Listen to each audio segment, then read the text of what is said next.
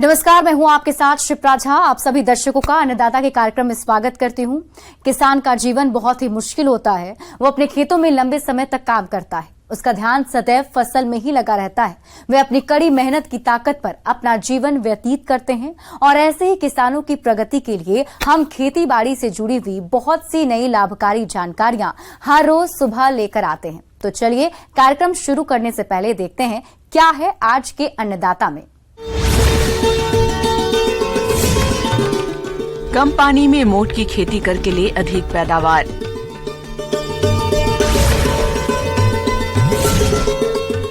दुधारू पशुओं में दुग्ध ज्वर की समस्या और रोकथाम के उपाय।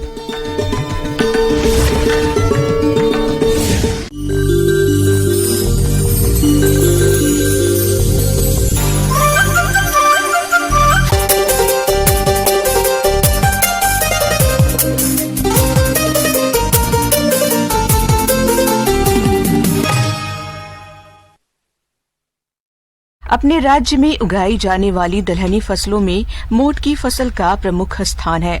इसमें सूखा सहन करने की क्षमता अन्य दलहनी फसलों की अपेक्षा अधिक होती है। इसकी जड़ें अधिक गहराई तक जाकर भूमि में नमी ले लेती है और जैसा कि राज्य में बारिश का दौर चल रहा है, ऐसे में जो किसान मोठ की खेती करने जा रहे हैं वे कैसे करें मोठ की उन्नत तकनीक से खेती, ताकि आपको मोठ की फसल से अधिक पैदावार मिल सके। देखिए हमारी ये खास रिपोर्ट।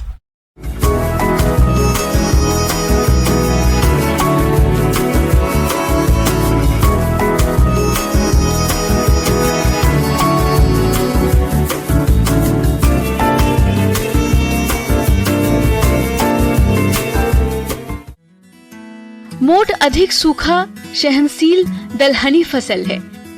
इसका उपयोग दाने, हरी खाद, पशुओं के लिए चारे के रूप में किया जाता है। यह कम पानी वाले क्षेत्रों की महत्वपूर्ण फसल है, जिस कारण यह कम वर्षा और रेतीली भूमि में आसानी से उगाई जा सकती है। इसकी जड़ें भूमि में गहराई तक जाकर भूमि से नमी ग्रहण कर लेती है। इसकी जड़ों में पाए जाने वाले राइजोबियम जीवाणु वातावरण की नाइट्रोजन को भूमि में इकट्ठा करते हैं। यह मिट्टी के कटाव को रोकती है, साथ ही भूमि के उर्वरा शक्ति बढ़ाती है। किसान भाइयों, मोठ की खेती हल्की भूमियों में अच्छी होती है। इसकी खेती के लिए किसान भाइयों खेत की तैयारी के समय 2 बार हैरों से जुताई करें और 1 जुताई कल्टीवेटर से करके पाटा चलाकर खेत को समतल कर लेना चाहिए। अब बात आती है कि खाद और उर्वरक प्रबंधन की। तो उर्वरकों का संतुलित मात्रा में प्रयोग आप मृदा परीक्षण रिपोर्ट के आधार पर करें। लेकिन जो किसान भाई किन्हीं कारणवश मिट्टी की जांच नहीं करवा पाए हैं, तो वे खेत को तैयार करते समय 8 से 10 टन गोबर की खाद भूमि में अच्छी तरह से मिला दे। मोठ दलहनी फसल होने के कारण इसे नत्रजन की कम मात्रा में आवश्यकता होती है। 1 हेक्टेयर क्षेत्र के लिए 20 किलोग्राम नत्रजन और 40 किलोग्राम फास्फोरस की जरूरत पड़ती है, जो बुआई के समय प्रयोग करें। किसान भाइयों, किसी भी फसल से अच्छी पैदावार लेने में उसकी किस्मों का बहुत बड़ा योगदान रहता है। तो मोठ की खेती के लिए आप इसकी उन्नत किस्में CZM2, RMO 40, RMO 257, RMO 225, RMO 435, Jadia, ज्वाला, काजरी मोठ 3, काजरी मोठ 2 में से किसी भी किस्म का चयन कर बुआई करके आप इस फसल से अच्छी पैदावार ले सकते हैं। जहां तक बीज दर की बात करें, तो मोठ की उन्नत खेती के लिए 10 से 15 किलोग्राम बीज प्रति हेक्टेयर की आवश्यकता पड़ती है। लेकिन ध्यान रखें कि बीजों को किसी प्रमाणित संस्था से ही खरीदें। किसान भाइयों, फसल को कीट व्याधियों से बचाने का सबसे सस्ता और अच्छा उपाय है बीजोपचार। इसके लिए सबसे पहले फफूंदनाशी 2 ग्राम थीरम या कार्बेंडाजिम से प्रति किलो बीज को उपचारित कर ले। इसके बाद कीटनाशी इमिडाक्लोपिड 5 मिलीलीटर प्रति किलो बीज की दर से उपचारित करते हैं और अंत में 200 ग्राम राइजोबियम कल्चर से 10 किलो बीज को उपचारित करके छाया में सुखाकर बुआई करें। किसान भाइयों, मोठ की बुआई 15 जुलाई तक कर देनी चाहिए, लेकिन शीघ्र पकने वाले किस्मों की बुआई 30 जुलाई तक की जा सकती है। इसकी बुआई के लिए पंक्तियों से पंक्तियों की दूरी 45 सेंटीमीटर और बीज से बीज की दूरी 10 से 12 सेंटीमीटर रखते हैं। किसान भाइयों, मोठ की फसल को खरपतवार बहुत हानि पहुंचाते हैं। खरपतवार नियंत्रण के लिए बुआई के तुरंत बाद 48 घंटे के अंदर पेंडीमेथलिन खरपतवार नाशी दवा की 3.3 लीटर मात्रा को 700 से 800 लीटर पानी में घोल बनाकर प्रति हेक्टेयर की दर से समान रूप से छिड़काव कर देना चाहिए। और फसल जब 25 से 30 दिन की हो जाए तो एक गुआई हाथ से कर देनी चाहिए। ऐसा करने से फसल की बढ़वार अच्छी होती है और आने वाले समय में फसल से भरपूर पैदावार मिलती है, जिससे किसानों को मोठ की खेती से अच्छा खासा मुनाफा मिलता है। किसान भाइयों, अब लेते हैं एक छोटा सा ब्रेक।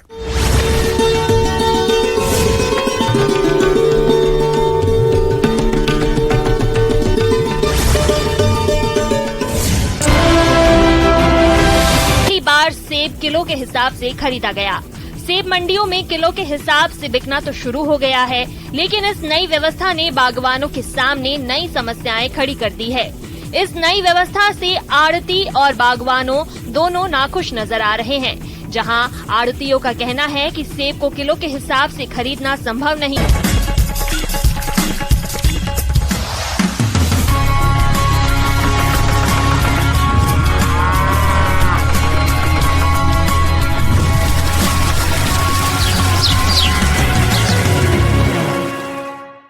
ब्रेक के बाद आप सभी दर्शकों का अन्नदाता। प्रदेश के बहुत से किसान खेती बाड़ी के साथ साथ डेयरी व्यवसाय करते हैं और इससे लाभ भी कमाते हैं, लेकिन कई बार सही प्रबंधन के अभाव में पशुओं में कई समस्याएं आने लगती है। ऐसा ही एक समस्या है दुग्ध ज्वर की, जो कि अधिक दूध देने वाले पशुओं में होती है और समय रहते इसका सही इलाज न करने पर पशु का दूध उत्पादन कम हो जाता है। तो इस नुकसान से बचने के लिए आप पशुओं को दुग्ध ज्वर से कैसे बचाएं, इस बारे में जानते हैं पशु विशेषज्ञ डॉक्टर प्रवीण कुमार से।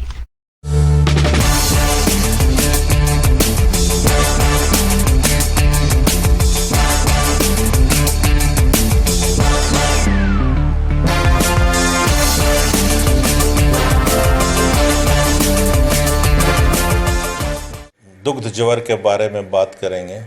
दुग्ध ज्वर हम लोग इंग्लिश में मिल्क फीवर कहते हैं। ये कैल्शियम की कमी के कारण पशुओं में होने वाले, दुधारू गायों में होने वाला एक रोग है। जब गाय बच्चा देने के बाद उसमें दूध का उत्पादन अधिक होने लगता है और जैसे ही बच्चा वो देती है उस समय कोलेस्ट्रम, जो पहला गाढ़ा दूध आता है, उसमें कैल्शियम की मात्रा बहुत अधिक आती है, तो उस कैल्शियम कमी हो जाता है। दूध ज्वर रोग को मिल्क फीवर एवं दुग्ध बुखार के नाम से भी जाना जाता है। पशुओं के लिए ये रोग बहुत घातक सिद्ध होता है।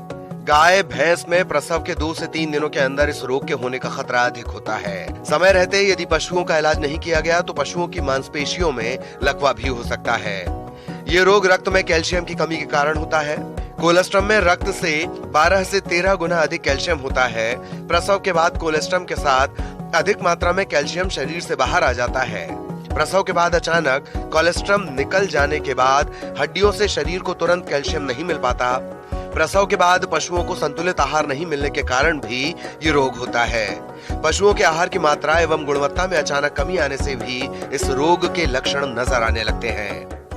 कैल्शियम है वो खून में कम हो जाता है और वो उसमें फिर बॉडी से, मांसपेशियों से, हड्डियों से ये खून की कमी को पूरा करता है। जब ये पूरा नहीं हो पाता है तब उसके बाद ये उस मांसपेशियों में, उनमें कमजोरी आ जाती है, हड्डियों में कैल्शियम नहीं रहता है और पशु जो है वो बहुत कमज़ोर हो जाता है।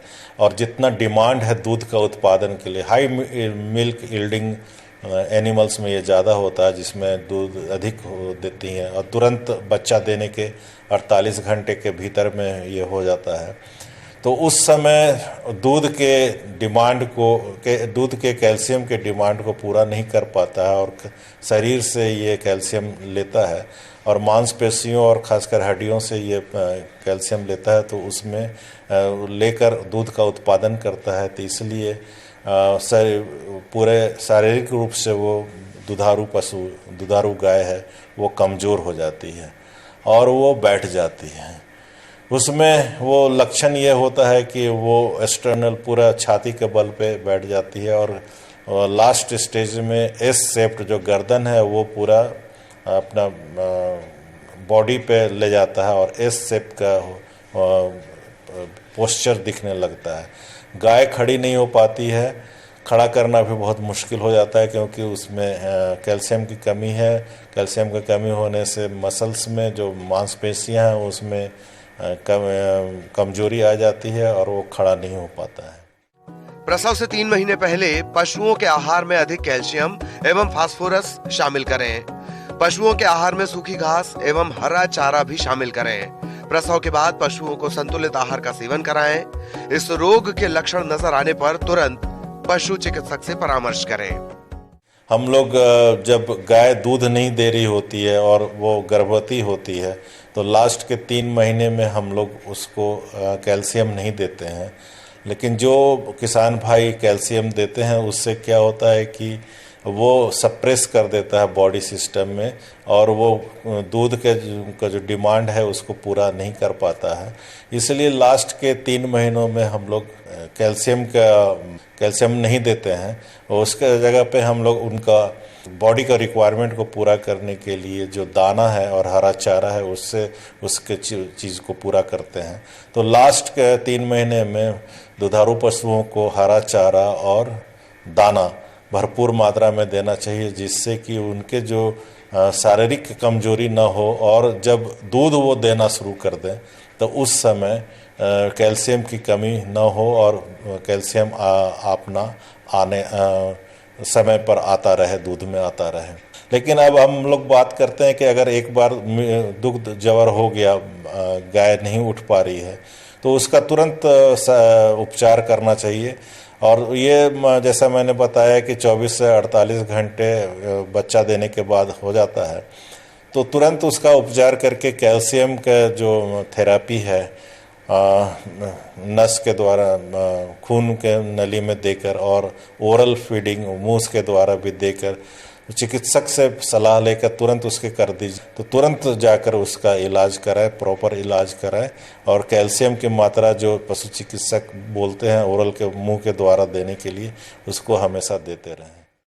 आगे और भी है खेती बाड़ी से जुड़ी हुई बहुत सी रोचक जानकारियां। यहां रुकेंगे एक और छोटे से ब्रेक के लिए।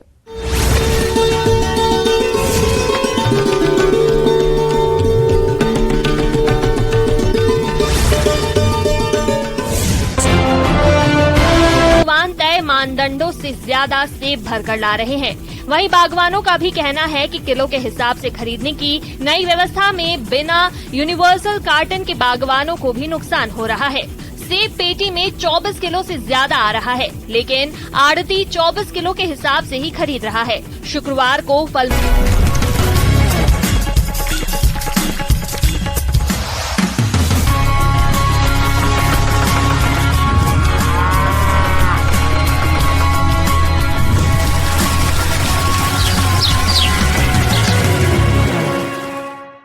ब्रेक के बाद एक बार फिर से आप सभी दर्शकों का अन्नदाता के खास कार्यक्रम में स्वागत है।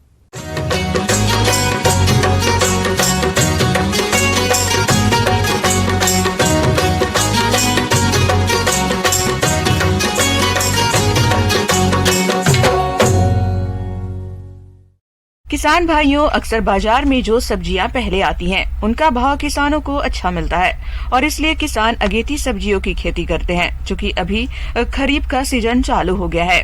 ऐसे में जो किसान इस मौसम में सब्जियों की खेती करना चाहते हैं, वे अभी इन सब्जियों की नर्सरी तैयार कर सकते हैं। तो सब्जियों की स्वस्थ पौध तैयार करने के लिए इनकी नर्सरी किस प्रकार से करें, इस बारे में जानकारी दे रही है कृषि वैज्ञानिक डॉक्टर पी भावना।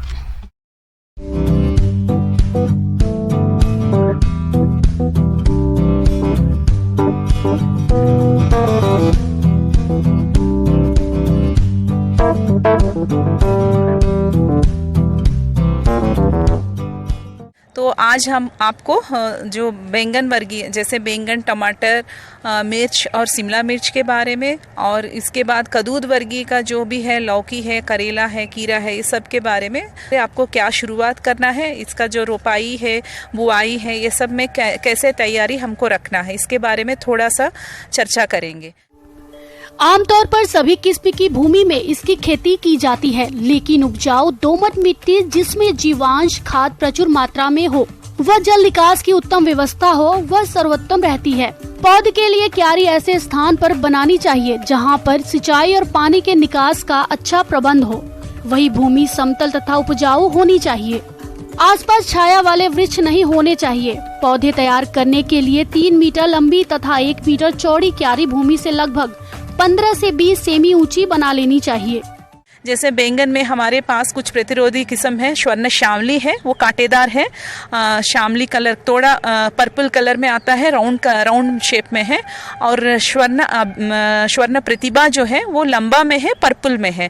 तो ये दोनों हमारा बैक्टीरियल विल्ट के लिए रेसिस्टेंट है, ये हम लोग सजेस्ट करते हैं। और टमाटर में एक नया किस्म निकला है, स्वर्ण प्रकाश है, ये राउंड में है, रेड कलर में है, और एक स्वर्ण अनमोल है, हाइब्रिड में है, ये आपको इनडिटर्मिनेट है। जैसे आप पॉली हाउस में अगर डालना चाह रहे हैं या बाहर भी कर सकते हैं, मगर स्टेकिंग इसमें अच्छा तरह देना है।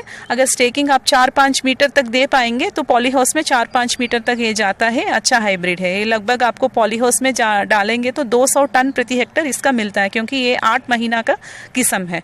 इसके बाद मिर्च में हमारा वेराइटी है, स्वर्ण प्रफुल्लिया है, स्वर्ण आरोही है। स्वर्ण आरोही जो है ऊपर वाला जो फल देता है उस टाइप का वेराइटी है, और स्वर्ण अपूर्वा है, ये लगभग 20 से 25 टन प्रति हेक्टर मिलता है। और शिमला मिर्च में हमारा पीला कलर एक है, येलो कलर कैप्सिकम जो बोलते हैं, हमारा स्वर्ण अतुल्या है, ये लगभग 40 टन प्रति हेक्टर होता है। ये आप साल भर कर सकते हैं, ये भी बैक्टीरियल विल्ट रेसिस्टेंट है। और कद्दू वर्गीय में जाएंगे तो हमारा वेराइटी सी है, जैसे करेला में स्वर्ण यामिनी है, बॉटल गार्ड में स्वर्ण स्नेहा है, फिर उसके बाद खीरा में स्वर्ण शीतल है। बीज बोने से पहले क्यारी की भली भांति गुड़ाई करनी चाहिए। वहीं प्रति वर्ग मीटर क्षेत्र में 4 से 5 ग्राम कैप्टान या थायराम मिलाना चाहिए। प्रत्येक क्यारी में 15 से 20 किलोग्राम अच्छी तरह सड़ा हुआ गोबर खाद तथा 10 से 15 ग्राम दानेदार फ्यूरोडान मिला देना चाहिए। क्यारी को समतल करने के बाद 8 से 10 सेमी की दूरी पर 1.2 सेमी गहरी नालियां बनाकर क्यारी तैयार कर लेना चाहिए।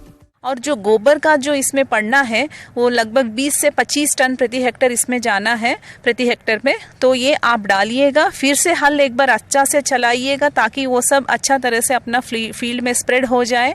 और उसके साथ साथ अगर नीम का केक अवेलेबल है या करंज का केक अवेलेबल है, ये भी आपको खेत में डालना है, डाल के अच्छा से आपको खेत में मिलाना है।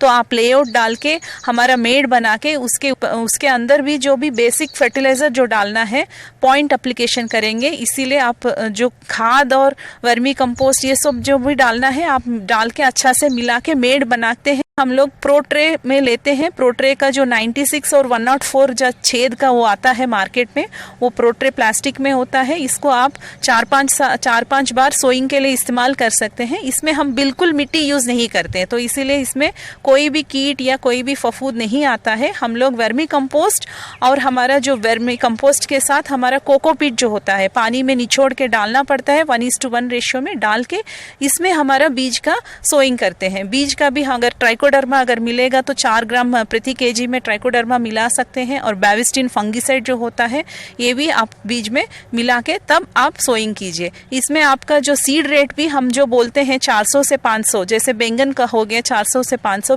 ग्राम प्रति हेक्टर के लिए।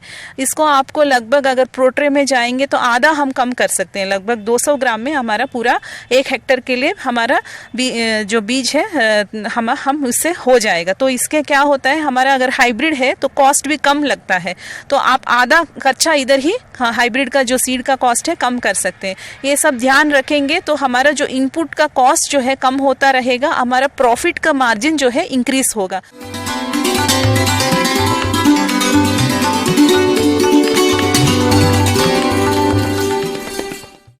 और आइए अब जानते हैं अन्नदाता निःशुल्क फोन के माध्यम से पूछे गए समस्याओं का समाधान।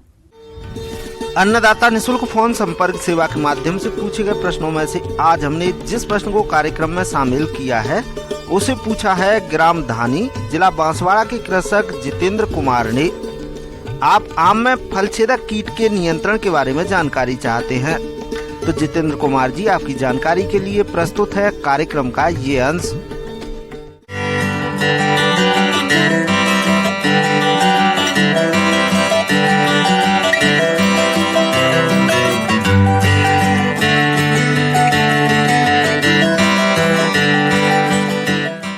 आज का जो कृषि अंक है इसमें हम आम में जो अभी प्रबंधन की बात है, कीट प्रबंधन की बात किस प्रकार से करना है उस पर चर्चा करेंगे। जैसा कि आप मेरे पीछे देख सकते हैं कि कितना बढ़िया इस वृक्ष में आम का जो है फ्रूट का सेटिंग हुआ है।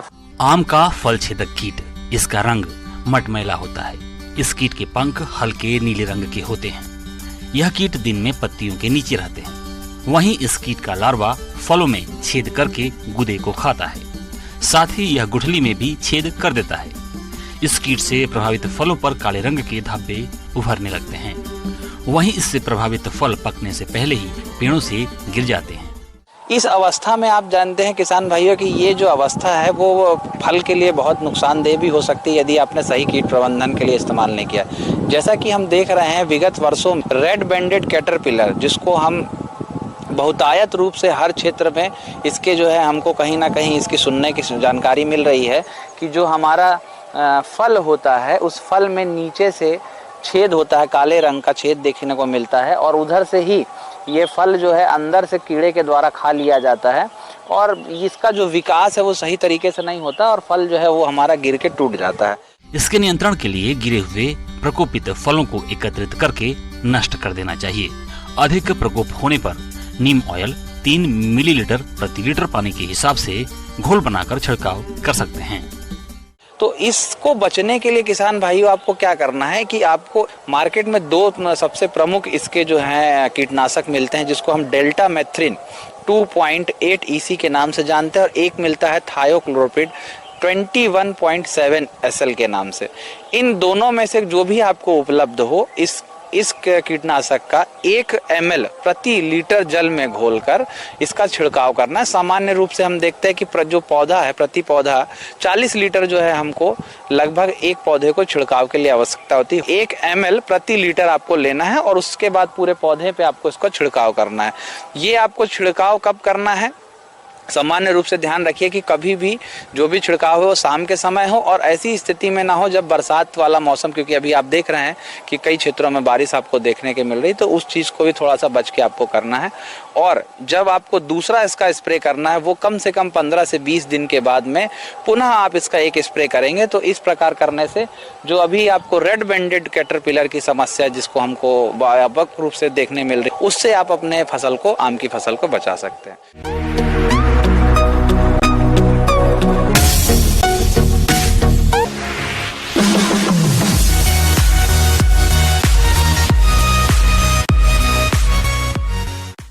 और आइए एक नजर डाल लेते हैं राज्य के कुछ मंडियों के प्रमुख फसलों के बाजार भाव पर।